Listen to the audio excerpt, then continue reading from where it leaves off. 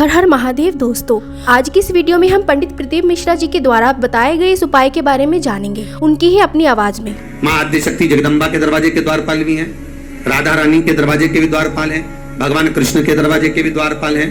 तो द्वारपाल का मतलब ये नहीं होता कि तुमने किसी को पैसा देकर दरवाजे पे खड़ा कर दिया हो कि यहाँ खड़े रहना, दोनों 5,000 रुपए महीना तुमको देंगे, 5 इधर वाले को 5,000 इसको देंगे, और ऐसा तलवार लेकर डंडा लेकर खड़े रहना हो, बंदूक लेकर। तो इसका मतलब केवल ये नहीं होता कि तुमने द्वारपाल खड़ा कर दिया तो द्वारपाल का मतलब अच्छे से समझना कि द्वारपाल किसको कहा गया। द्वारपाल तुम किसी को पैसा देकर खड़ा करो वो द्वारपाल नहीं है, किसी को धन देकर खड़ा करो वो द्वारपाल नहीं है। द्वारपाल का मतलब ये होता है कि जिस दरवाजे से आप प्रवेश कर रहे हैं उस दरवाजे पर जो 2 फाटक होते हैं, उस दरवाजे पर जो 2 चौखटें होती हैं, उस चौखट के भाग को ही द्वारपाल कह दिया गया। और वहां पर ऐसा कोई संसार का मानव नहीं है जिस संसार के मानव के दरवाजे पर कोई ना कोई द्वारपाल ना हो। प्रत्येक मनुष्य के घर पर अगर चौखट लगी है तो चौखट पर द्वारपाल हैं। ये जो पत्थर की जो चौखट होती है ना, ध्यान दीजिएगा, बहुत थोड़ा सा लगेगा लोगों को कि महाराज जी आप बोल रहे हैं, पर वास्तुशास्त्र के अनुसार अगर आप अच्छे से वास्तुशास्त्र को पढ़ेंगे, निकालेंगे, उसका स्मरण करेंगे तो आपको ज्ञात होगा कि लकड़ी की जो चौखट होती है उसमें द्वारपाल का महत्व होता है। पत्थर की पेलरिंग कराकर जो चौखट तैयार करी जाती है उसमें द्वारपाल का भाव समाप्त हो जाता है। इसका थोड़ा सा ध्यान रखना चाहिए कि आपका मुख्य दरवाजा, आपका मेन दरवाजा, आपका जो द्वार है उस द्वार पर आप कुछ भी कर इसलिए आज के जमाने में कह दिया जाता है कि आप एक काम करो कि अगर मान लो आपने लकड़ी का चौखट नहीं लगाया है, लकड़ी की चौखट नहीं तैयार करी है, तो कह देते हैं कि इसमें यहाँ पर बंदरवाल बांध दी जाए, पत्ते बांध दिए जाए। बंदरवाल बांधने का महत्व ही यही है कि आप उस लकड़ी की चौखट को जब लगा देते हैं तो उस पर द्वारपाल आकर विराजमान हो जाते हैं। अब कौन द्वारपाल, कौन द्वारपाल विराजमान? तो कहा ये द्वारपाल दिखते नहीं है, ये दरवाजे के द्वारपाल दिखेंगे नहीं। हिंदू धर्म में पहले नियम था, हमने तो महाराष्ट्र में आज भी देखा है, गुजरात में भी देखा है। पहले हिंदू धर्म में नियम था, थोड़ा थोड़ा हमारे मध्य प्रदेश में भी हमको देखने को मिलता है, छत्तीसगढ़ में भी मिलता है, आधिकारिक उत्तराखंड में भी प्राप्त होता है, साउथ में भी देखने को मिलता है, कहीं कहीं पर थोड़ा थोड़ा देखने को मिलता है कि प्रतिदिन घर की माताएं घर के दरवाजे के बाहर जाकर पानी को छींटती हैं और थोड़े से आटे को लेकर, रंगोली को लेकर दरवाजे के सामने बना देती हैं। किसके लिए बना रही है वो दरवाजे पर रंगोली, वो दरवाजे पर सुंदरता किसके लिए कर रही है, वो किसके लिए इंतजार कर रही है, किसकी बाट जो रही है, किसके लिए प्रतीक्षा कर रही है? कोई दूसरा नहीं, अतिथि देवो भव। अर्थात दरवाजे पर जो चौखट बनी हुई है, दरवाजे पर जो द्वारपाल विराजमान है, वो द्वारपाल कौन है? तो कहां वो दिखते नहीं है, वो नजर नहीं आता। शिव महापुराण की कथा चल रही है जिसमें मधुता का भाव कहा गया। कभी कभी निवेदन करूंगा, एक थोड़ा सा भाव व्यक्त करूंगा। मान लो घर में अशांति ज्यादा हो, रोग बीमारी ज्यादा घेर रही हो, तो शंकर पर थोड़ा सा शहद चढ़ाकर आप जब पूजन करते हो, जल चढ़ाते हो, अनुष्ठान करते हो, अभिषेक करते हो, जब शिव जी का पूजन करें, जब शहद चढ़ाएं तो उसमें से जरा सा शहद एक चम्मच में रख लें। वो चौखट पर लगा देने पर बीमारी, रोग, अशांति सब समाप्त हो जाता है। घर में सुख बढ़ना प्रारंभ हो जाता है, समृद्धि बढ़ना। मधुता में सुख भी, शहद में सुखता भी। भगवान को जो समर्पित किया गया, एक एक पुष्प भगवान शंकर को जो दिया गया है, एक एक भाग जो शिव को दिया गया, वो साधारण नहीं है। शंकर के पास जो भी चीज रखी है सब वीआईपी है। गले में देख लो नाग बासुकी है, कानों में बिच्छू, हाथ में त्रिशूल, सब उसके पास में भी है। कोई चीज ऐसी भगवान शिव को जो हम समर्पित कर रहे हैं मधु, तो वो किस चीज के लिए समर्पित होता है? 4 चीजें हैं भगवान शंकर को मधु क्यों चढ़ाया जाता है। पहला, रोग के निवारण के लिए। दूसरा, शरीर की जो नाड़ियां हैं जो चोक हो जाती हैं, ब्लड को रोक देती हैं जाने के लिए, उसके लिए भी शिव को शहद चढ़ाया जाता है। तीसरा, नयनों को शिव के चरणारविंद में स्थिर करने के लिए, नयन रोग का निवारण करने के लिए भी शिव को शहद चढ़ाया जाता है। चौथा,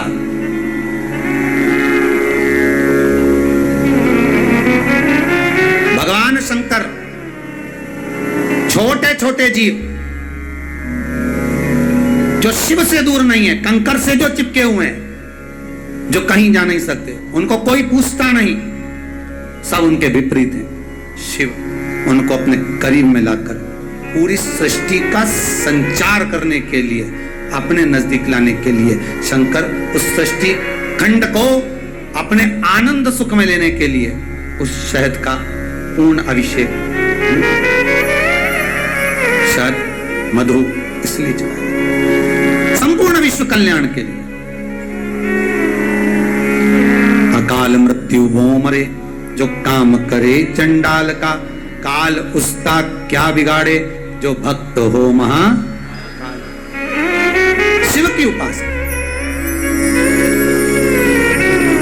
अरे भाई, यहां तक संवाद है, यहां तक वर्णन किया जाता है कि बच्चा जन्म लेता है, जन्म लेने के बाद वो लिंगायत संप्रदाय में पहले भी कहा, आज फिर कहते हैं, अपन अपने घर में रुद्राक्ष की माला पहनते हैं, तुलसी की माला पहनते हैं, पर जो शिवलिंग की लिंगायत जो संप्रदाय है, जो केवल शिवलिंग की आराधना करती है, इसके सिवाय किसी की आराधना, लिंगायत संप्रदाय के अंतर्गत वो लोग रुद्राक्ष और ये सब चीज अलग बात, वो एक डिब्बी के अंदर, चांदी की डिब्बी में शिवलिंग रखते हैं, शिवलिंग को पैक कर कर अपने गले में धारण करते हैं। लिंगायत संप्रदाय में, कि बड़ी भारी संप्रदाय में, लिंगायत संप्रदाय के किसी संप्रदाय जिसके अंतर्गत जन्म लिया बच्चा, यदि गुरु मंत्र नहीं लेता तो मां उस बच्चे को दूध तक नहीं पिलाती, जब तक गुरु मंत्र नहीं। शंकर के उपासक ऐसे भी, फिर गुरु जी को बुलाया जाता है, उसके कानों में शिव मंत्र दिया जाता है, शंकर का मंत्र देकर फिर उसको मां दूध पिलाती कि ये शिव का हो गया, अब मेरा नहीं शंकर का है। अब रोग होगा तो शिव देखेगा, बीमार होगा शंकर देखेगा, कुछ भी तकलीफ होगी शिव जाने, हमने इसको शंकर को दे दिया, मंत्र हो गया। मतलब स्कूल में एडमिशन हो गया, स्कूल में एडमिशन हो गया, मंत्र। और अब आप में से कितने लोग हैं जिनका बच्चा जन्म लेता होगा तो उसको गुरु मंत्र दिया जाता होगा, किसी गुरु जी को बुलाकर कहा जाता होगा कि इसके कानों में भगवान शिव का मंत्र दे दीजिए, राम नाम कृष्ण नाम कुछ तो दो, जन्म लिया है उसने, संसार सागर में आया है, कोई ऐसा मंत्र दे दो कि बच्चा बीमार ना पड़े, कोई ऐसा मंत्र दे दो कि आगे चलकर इसकी उन्नति होती रहे। तो वो जन्म के समय पर जो दिया गया मंत्र है लिंगायत संप्रदाय में, शिव का स्मरण। और मेरी माताओं से निवेदन है, आपके यहाँ कोई बच्चा जब जन्म ले, कोई अगर गुरु ना आ सके, कोई संत ना आ सके, तो मेरी माताओं से निवेदन है, आप भी उस बच्चे की पहली गुरु हो, आप भी अपने बच्चे के कान में कम से कम ओम नमः शिवाय, श्री शिवाय नमस्तुभ्यं, राम कृष्ण कह तो सकते हो। और भगवान शिव का शिवलिंग है, ऊपर जो पानी लेकर बैठा है, साथ में जो जल गिर रहा है, बेलपत्री गिर रही है, उससे शिव का अभिषेक हो रहा है, बांध नहीं है उसको। अच्छा, जल तो चढ़ गया, जल समर्पित भी हो गया, बेलपत्री का वृक्ष था, बेलपत्री नीचे गिर रही थी, वो भी शिव को मिल गया, वो भी भगवान शंकर को प्राप्त हो गई। पर एक भाव उसी बेलपत्र के वृक्ष पर, आप कभी अगर बेलपत्री को पाते हैं, बेलपत्री को अगर आपने खाया है, आपने स्मरण किया होगा, तो बेलपत्री को जब आप खाते हैं रोग मुक्ति के लिए, तो उसको जब छोटी सी बेलपत्र को चबा चबा कर खाते हैं तो शुरू में तौरी लगती है, उसके बाद थोड़ा सा मिठासपन लगता है, फिर जीवान पर छारपन लगता है थोड़ा। बेलपत्र का जब वृक्ष है, उसकी जो पत्ती गिर रही है, उस पत्ती के साथ में कुछ रस तत्व भी शिव को समर्पित हो रहा है, वही रस तत्व, उसी को बेलपत्री की पत्ती के ही रस तत्व को मधु कहा गया, वो रस तत्व जो भगवान शंकर को समर्पित हो रहा है। भगवान शिव जिसको ग्रहण कर रहे हैं, धारण कर रहे हैं। मधु की महत्वता को बहुत ध्यान दीजिएगा। किस किस चीज के लिए मधु चढ़ता है शिव जी पर? शंकर को अगर अपन शहद चढ़ाते हैं तो किस चीज के लिए चढ़ता है, किस कार्य के लिए चढ़ता है? के माता पिता देख रहे हैं। तो जो जन्म के समय पर अन्नप्राशन जब कराया था, मुख में पहली बार अन्न दिया था, उस अन्नप्राशन के समय पर शंकर पर चढ़ा हुआ शहद का थोड़ा सा भाग अगर मधु का लगा देते तो माता पिता के चरण छोड़कर बेटा कुछ खाता ही नहीं, जाता ही नहीं, फिर चुपचाप से जेब में भर के कमरे में नहीं ले जाता। खिलाना तो था, वो तो खिलाए।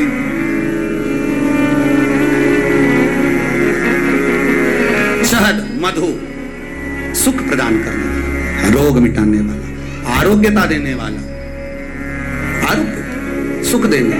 एक बात बहुत अच्छे से समझ लीजिए, जिसके घर में क्लेश होता हो, अशांति रहती हो, क्लेश रहता हो, या छोटी छोटी बात पर विवाद चालू हो जाता हो, या पति पत्नी में, परिवार में, सास बहू आदि कादिक में कहीं ना कहीं कुछ अगर विवाद रहता हो, तो शास्त्र कहता है ऐसा बेलपत्री की डंडी रहती है ना, बहुत ध्यान दीजिएगा महाराज।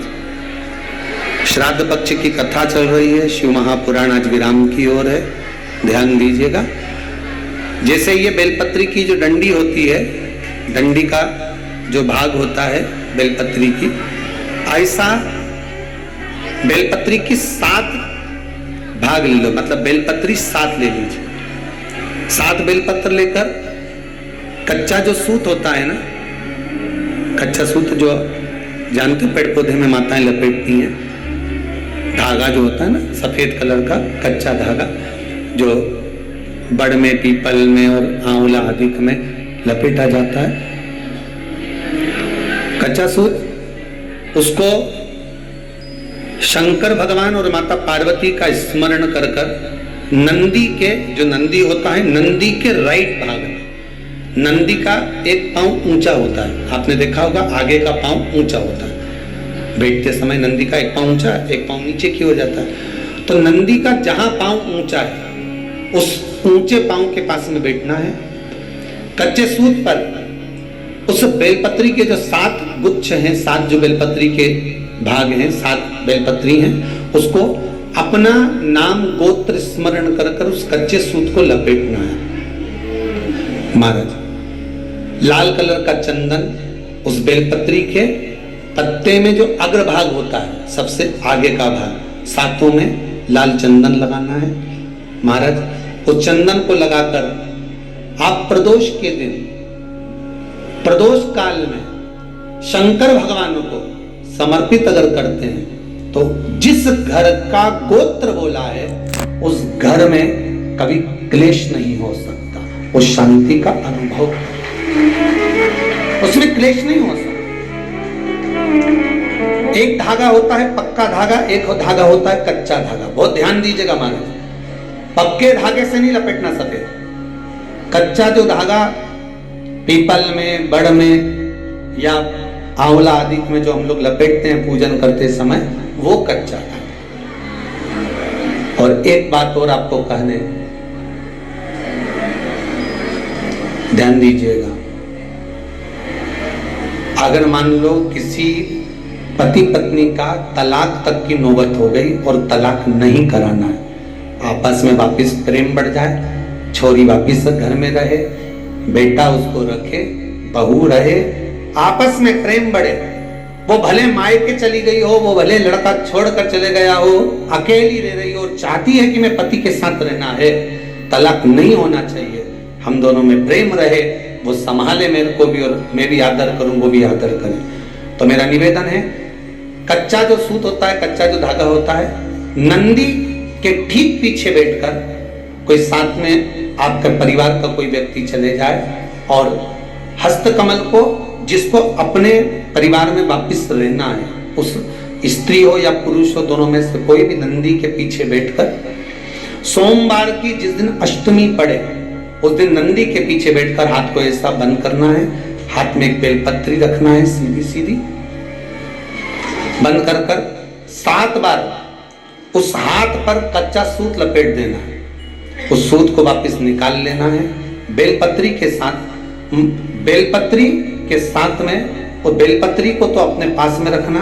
सबसे पहले माता पार्वती का जो हस्त कमल ऐसा होता है शिव मंदिर में, उस हस्त कमल में वो सूत जो आपके हाथ से निकला है वो उसमें डाल देना है, माँ जगत जननी से प्रार्थना कर कर। और जो बेलपत्री आपने संबंध को जोड़ने के लिए अपने हाथ में ली है वो शंकर भगवान के कटी भाग में है। फिर निवेदन करूंगा, कटी भाग को समझ लीजिए। ये शिवलिंग रखा है, जहां पर शंकर भगवान का शिवलिंग, माता पार्वती जी के हस्त कमल पर जो शिवलिंग रखा है, ये भाग कटी भाग कहलाता है।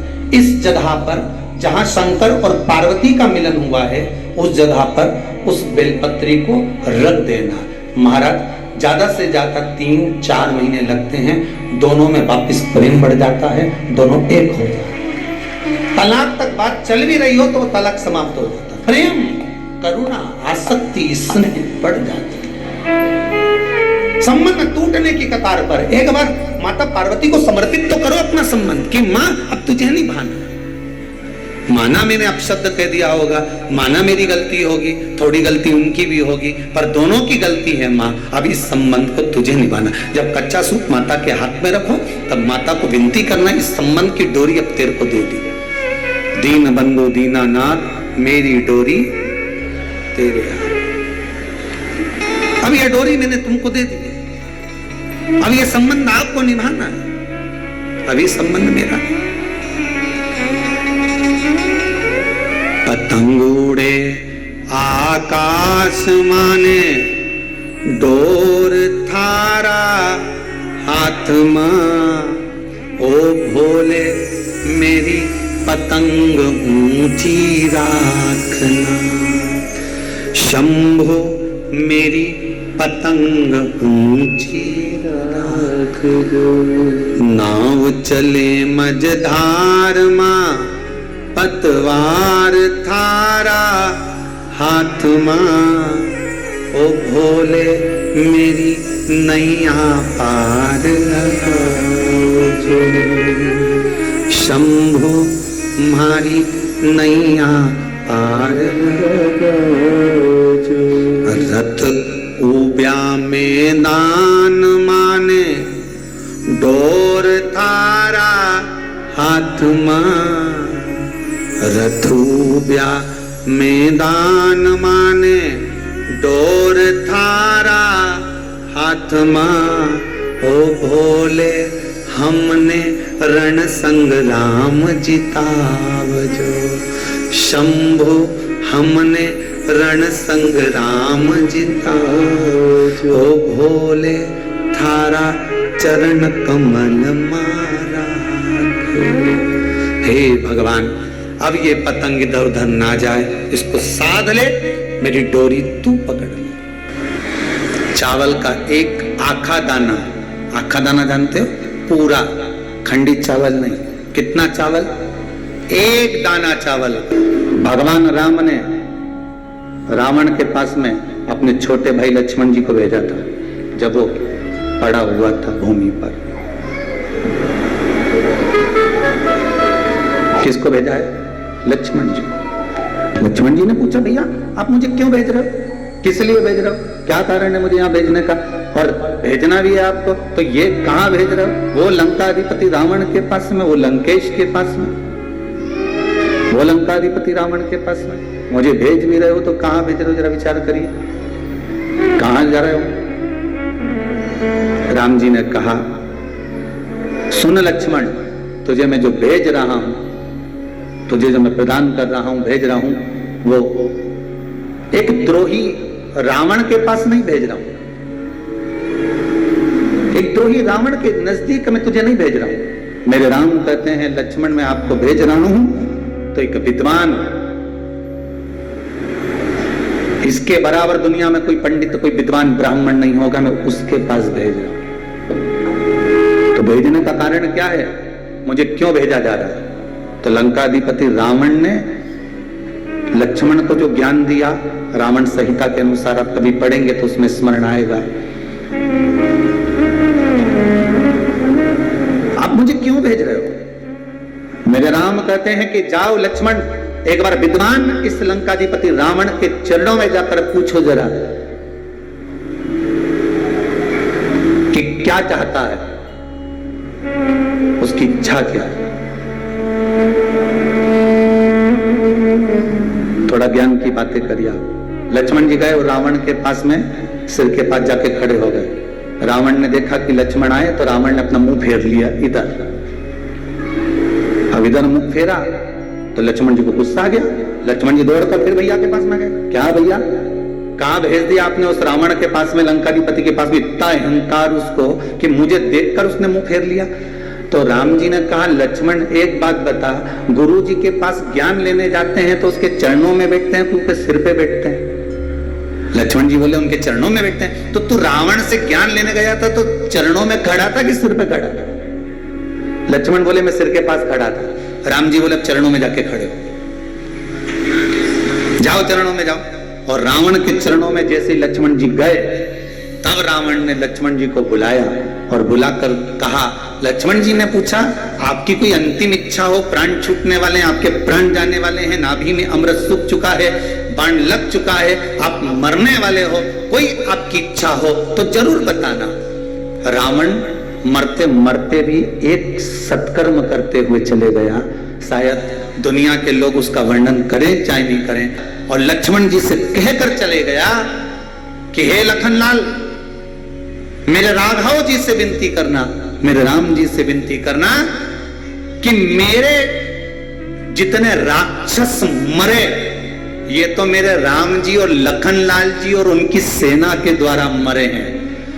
जो राम की सेना के द्वारा मरे हैं या राम के द्वारा मरे हैं या लखनलाल जी के द्वारा मरे हैं, उनके द्वारा मरे हुए मेरे सारे राक्षस तो उनके हाथ से मर मर के बैकुंठ चले गए, पर इतने सारे बंदर ये हमारे हाथ से मरे हैं, इनको बैकुंठ मिलेगा क्या जो हमारे हाथ से मरे? तो लखनलाल जी आप राघव जी से विनती करना कि मेरे प्राण आज दशहरे पर छूटे हैं, पर पूर्णिमा तक इंतजार करना, मेरा अंतिम संस्कार तब करना जब ये बंदरों को भी कुछ अच्छा पद प्राप्त हो जाए। इसकी मनोकामना 3 माह में भगवान शिव पूरी कर देता है। बटकेश्वर महादेव, बटकेश्वर। घर में क्लेश हो रहा हो, विवाद हो रहा हो, लड़ाइयां हो रही हो, झगड़ा हो रहा हो, एक काली मिर्ची एक लौंग, शिव पुराण कह रही है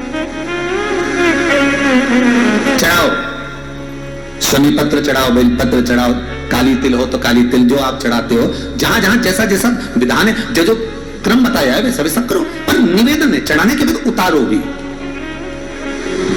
चढ़ाने के बाद उतारो भी, उसको एक पात्र में रख दो।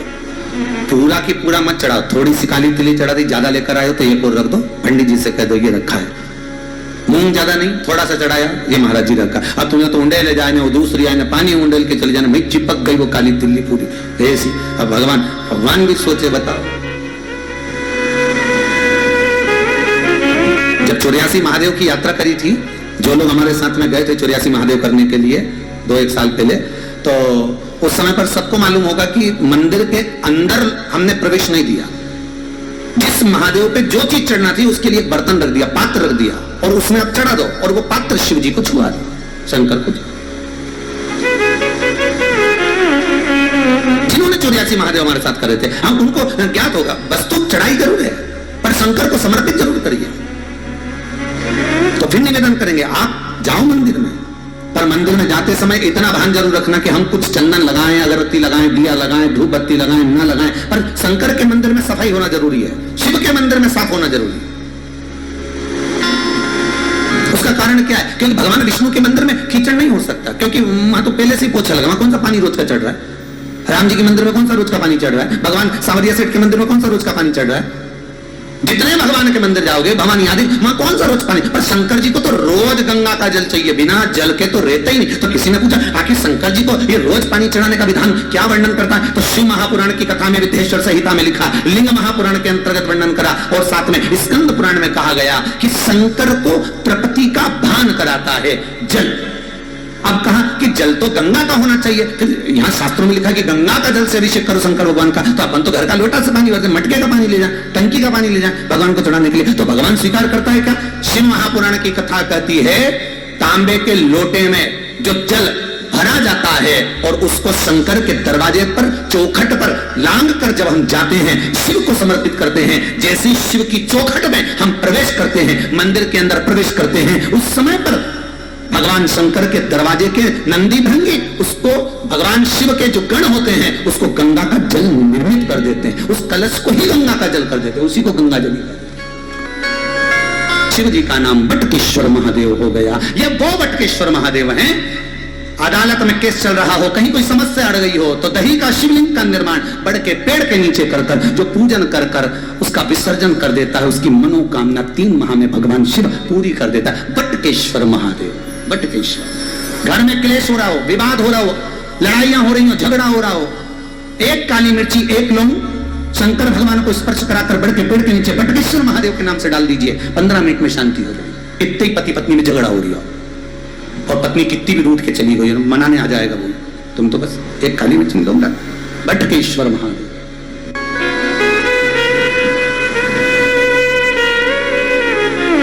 कितनी बार कहा आपको, कई बार कथा में कहा कि घर से पानी लेकर जाओ, पर मंदिर के अंदर नल लगा है, वही बाल्टी रखी है, नल चालू करा, बाल्टी में से भरा, शंकर जी को चढ़ाया है। अब यहां शिव पुराण क्या करे कि चौखट में से जब आप जल लेकर प्रवेश करोगे तो गंगा का जल बन जाएगा। अब देखिए जरा संवाद, शिव महापुराण का चरित्र स्मरण करिए।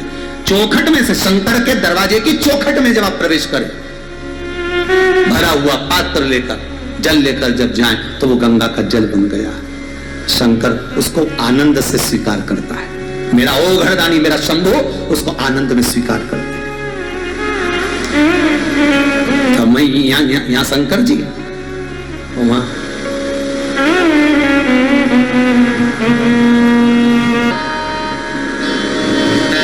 कई लोग प्रश्न खड़ा करते, महाराज जी ये बताओ, सत्यनारायण जी की कथा में लिखा हुआ है कि ब्राह्मण ने सत्यनारायण जी की कथा कराई और उसका ये हुआ, वो लोग सही है गलत है लाग दिया। दूसरे में फिर उसने वो गया अलग कढ़ारा, उसने सत्यनारायण जी की कथा सुनी और सत्यनारायण जी की कथा सुनी, प्रसाद लिया, घरे आया, लकड़ी बेचने गया, बोलो सही है कि नहीं, ऐसी है नहीं? हाँ, तो लकड़ी बेच गया तो उसको अच्छा दुगना दाम मिला, उसने फिर सत्यनारायण जी की कथा कराई। फिर तीसरा अध्याय आ गया, उन्हें सत्यनारायण जी की कथा करी, लीलावती कलावती का संबंध है। फिर चौथे में भी लीलावती कलावती का संबंध है, वो का पति पानी में डूबने लगा, भगवान सत्यनारायण की कथा करवाई। फिर 5वें में राजा गया, सत्यनारायण जी की कथा का प्रसाद नहीं लिया तो सत्यनारायण भगवान ने रुष्ट हो गए। अब ये समझ में नहीं आई ये पूरे 5 अध्याय में सत्यनारायण की कथा कौन सी थी?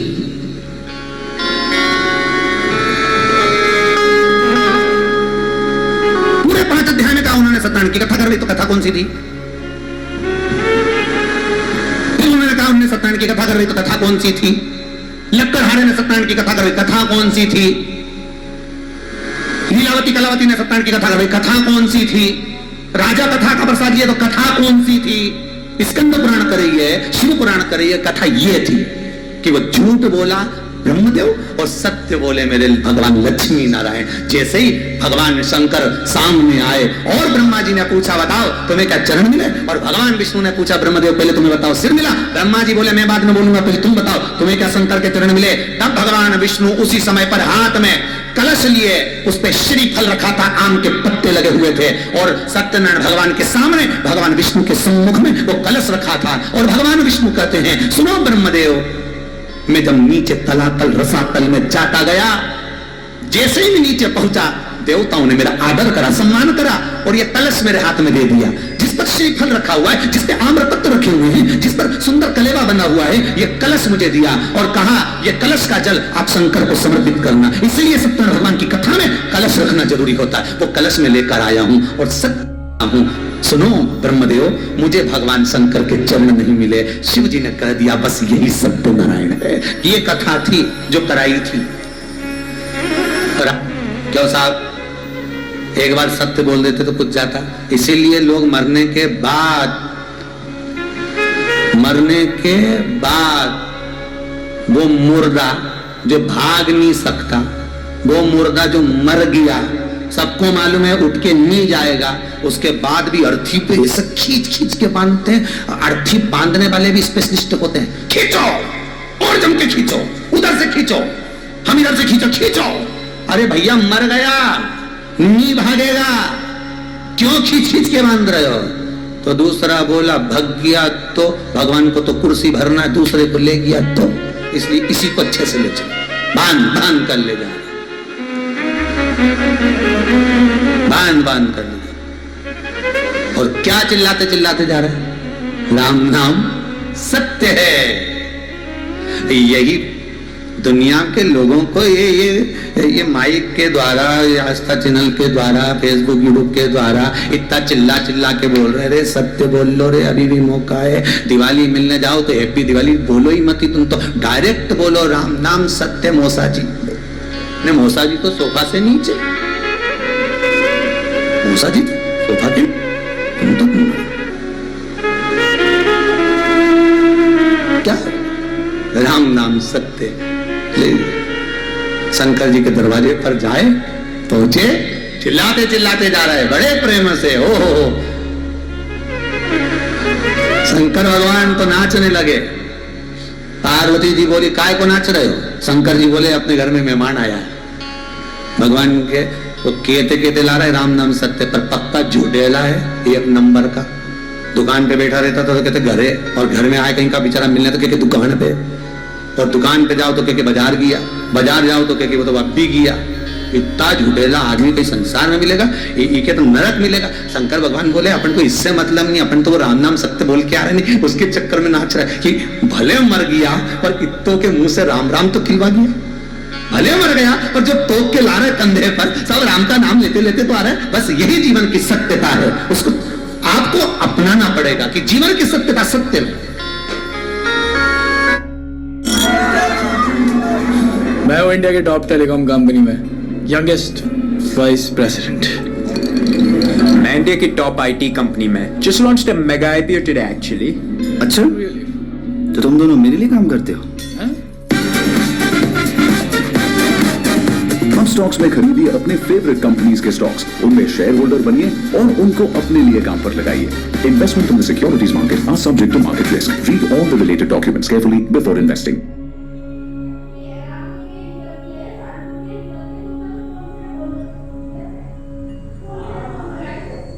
इनका संकोच है कि अच्छी वाली छुरी अमेज़न से, पर मिसेस कहती है ऑर्डर कर दो। अब मोबाइल होता तो आराम से ले लेते, पर छुरी धार कब तक चलेगी, सब्जी कौन सी कटेगी, इतने सवाल। सर चाय पी लीजिए। अमेज़न से सब कुछ ले सकते हैं, तो आइए कंपेयर कीजिए हर चीज डिटेल प्रोडक्ट डिस्क्रिप्शन के साथ, ऊपर से हजारों वेरीफाइड कस्टमर रिव्यूज। पर मिसेस को पसंद नहीं आई तो रिटर्न हो जाएगी आराम से। संकोच को मुस्कान में बदलना हम जानते हैं, तभी तो है अमेज़न हर मुस्कान की अपनी दुकान। कि शंकर भगवान की सबसे सुंदर अगर कोई शिक्षा है, मेरे भोलेनाथ, मेरे महाकाल राजा, मेरे कैलाशी, मेरे अविनाशी की सबसे श्रेष्ठ कोई शिक्षा है। और जितने लोग ऑनलाइन कथा सुन रहे हैं, देश में विदेश में जहां बैठकर कथा सुन रहे हो, मोबाइल पर, फेसबुक, यूट्यूब पर, आस्था चैनल के माध्यम से, जहां बैठकर आप कथा सुन रहे हो, शंकर की इस बात को अपने जीवन में उतार कर रखिएगा। शंकर भगवान की सबसे बड़ी, सबसे अच्छी एक शिक्षा है कि जहर पीना सीखो, जहर उगलना नहीं। क्या सीखना हमको? जहर पीना। चाहे फिर वो क्रोध का हो, चाहे फिर वो हमारी अहंता का हो, चाहे फिर हमारी वो अभिमत्ता का हो, चाहे फिर हमारे एक अहम का, या फिर बुराई का, निंदा का, चुगली का, आदि आदि की जितनी भी बुराइयां हैं, इन सब का जहर क्यों ना।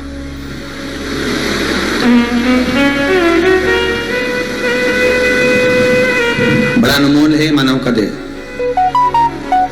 बड़ी मुश्किल से तो मिलता है। 84 लाख योनियां काटने के बाद में जब जाकर ये मनुष्य का शरीर मिला, ये 2 हाथ, पांव, नयन, श्रवण, मुखाग्रविंद, ये सब प्राप्त हुआ।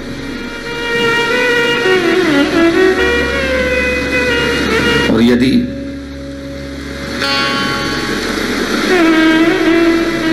हम उसको यूं ही गंवा दें, हम उसको यूं ही निकाल दें, तो फिर वो मिला काय के लिए था? मिला काय के लिए था? केवल उस परमात्मा को पाने के लिए। मिला किस लिए था? केवल उस परमात्मा को हमारे करीब में लाने के लिए।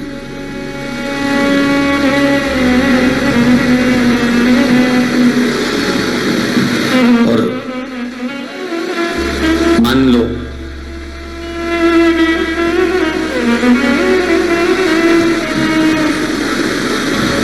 मन, चित्त, वृत्ति थोड़ी भी गड़बड़ है, तो फिर परमात्मा हमारे करीब में होगा क्या?